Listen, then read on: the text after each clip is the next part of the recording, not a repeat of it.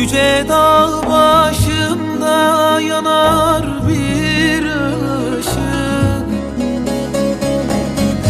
düşmüşem derdine olmuşam aşık.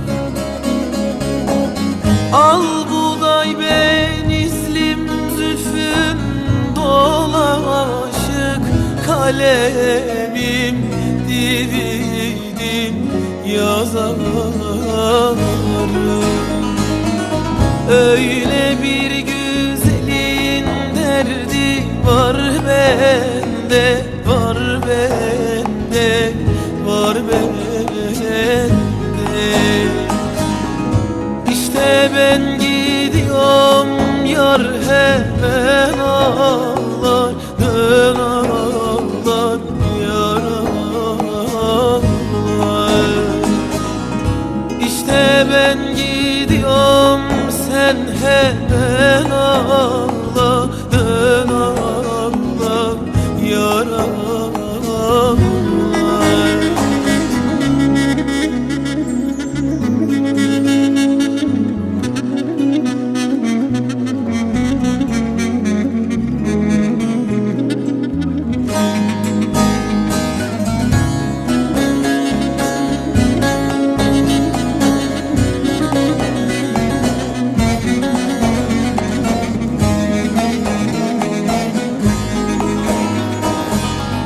Yüce dağ başından indiremedim,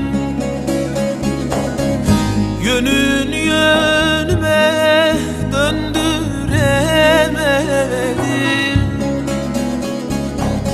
Öyle bir güzel ki kandıramadım, kalemim dividim yazarım. Öyle bir yosmanın derdi var bende, var bende, var bende.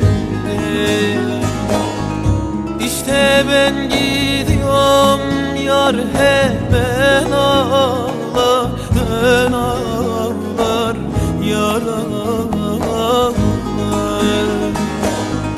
İşte ben gidiyorum, sen hemen ağla, dön ağla, yar.